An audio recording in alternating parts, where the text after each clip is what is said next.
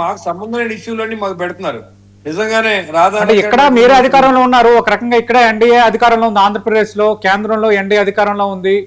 ఆ వివేక్ హత్య కేసులో సిబిఐ దర్యాప్తు ఏమైంది అన్న ఒక చర్చ మళ్ళీ జనసేన టీడీపీ నేతలు లేవనెత్తుతున్నారు.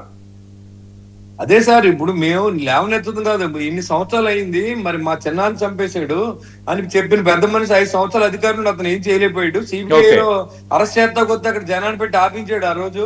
మరి ఈ రోజు కూడా అది సిబిఐ అనేది దర్యాప్తు జరిగినప్పుడు కూడా మీరేం చేయలేకపోయారు. ఇవాళ ఈ అబ్బాయి సాయి కృష్ణ కేసులో సార్ మన పాయింట్ కి వచ్చేద్దాం.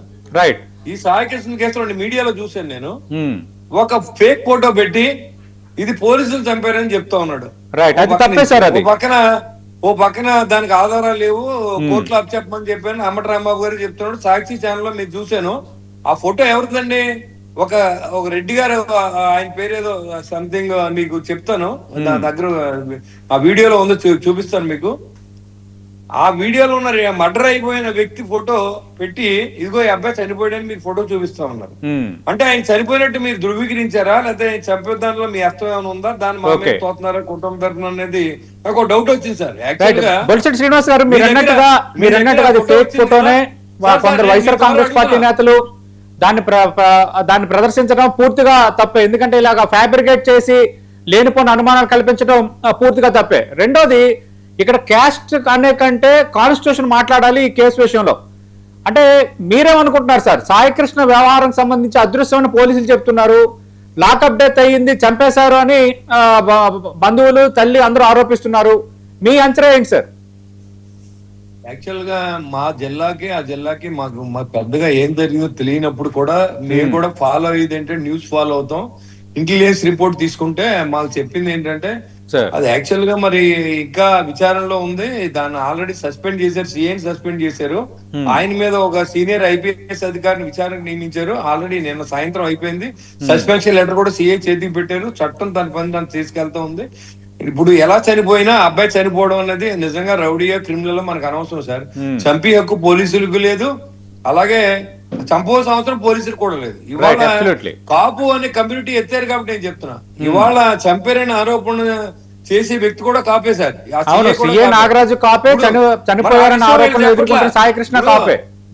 పోలీసుకి క్రిమినల్ కి కులాలు ఉండవు సార్. పోలీసు అనేవాడు డ్యూటీ చేయాలి, క్రిమినల్ అనేవాడు ఇంకా క్రిమినల్ ఎలా అలవాటు పట్టి పని చేస్తూ ఉంటాడు. దానికి కులానికి ఆపాదించో జనసేన పార్టీకి ఆపాదింతే ఇలా చేతగాంతానన్న ప్రజల్లో తీసుకెళ్లాలంటే ఎవరు నమ్మరండి. వాళ్ళ ఏదైతే మీరు కులం ఎత్తుతున్నారో సిఐ కులం ఏంటో కూడా చెప్పండి. ఇప్పుడు మీరు కాపుల మీద అంత కపట ప్రేమ, నిజమైన ప్రేమ ఉంటే సిఐ దే కులం, చెప్పబడిన సాయి కృష్ణ దే కులం, వీళ్ళిద్దరికే ఉన్న సంబంధం ఏంటో మీకు చెప్పాలా. రెండోది నేను ఏం డిమాండ్ చేస్తా ఉన్నట్టు మీకు వచ్చిన ఫోటో ఎక్కడి నుంచి వచ్చింది, ఆ ఫోటో నిజమైతే పోలీసుల మీద యాక్షన్ తీసుకోండి. ఛాలెంజ్. దీనికి జనసేన పార్టీ నిలబడి ఉంది. మీరు చూపించిన ఫోటో నిజమైతే అది మీకు ఎక్కడి నుంచి వచ్చింది, మీకు ఎలా వచ్చింది, ఆ ఫోటో ఎలా తీశారు అనేది సాక్షి మీడియా గానీ అదే విధంగా అంబటి రాంబాబు గారిని ఆన్సర్ చేయాలని నేను చెప్తా ఉన్నా. చెప్పాలి మీరు అన్నట్టుగా ఖచ్చితంగా దానికి వైసీపీ సమాధానం చెప్పుకోవాల్సిన పరిస్థితి ఉంది. అంటే మన దగ్గర ఏంటంటే ప్రతి దానికి క్యాస్ట్ కోణాన్ని ఆపాదించడం, దాన్ని డైవర్ట్ చేయటం అనేది రాజకీయ పార్టీలకు అలవాటు అయిపోయింది. నేనేమంటున్నానంటే క్యాస్ట్ కంటే కాన్స్టిట్యూషన్ మాట్లాడాలి. సాయి కృష్ణ అనే వ్యక్తి నిజంగా నేరస్తుడు అయి ఉండొచ్చు, కానీ చట్టపరంగా శిక్షించడం, రేపొద్దున కోర్టులు ఉన్నాయి, చట్టపరంగా సెక్షన్స్ ఉన్నాయి, దానికి తగ్గట్టుగా శిక్ష పడవచ్చు. కానీ ఇక్కడ పోలీసులు చట్టాన్ని చేతిలోకి తీసుకున్నారని ఇక్కడ ప్రధాన ఆరోపణ. వాళ్ళేమో అదృశ్యమయ్యారంటున్నారు, తల్లిదండ్రులు బంధువులు అసలు భూమి మీద లేరంటున్నారు. 29 లోపు హాజరుపరచమని ఆల్రెడీ కోర్టు ఆదేశాలు ఇచ్చింది. ఇది కొంత ఫిషీగా ఉంది సార్. ఇది అదే సార్ నేను అనేది ఏంటంటే మీ దగ్గర ఎలా ఫోటో సంపాదించారు కదా ఆయన చనిపోయిన ఫోటో, యాక్షన్ తీసుకోమనండి.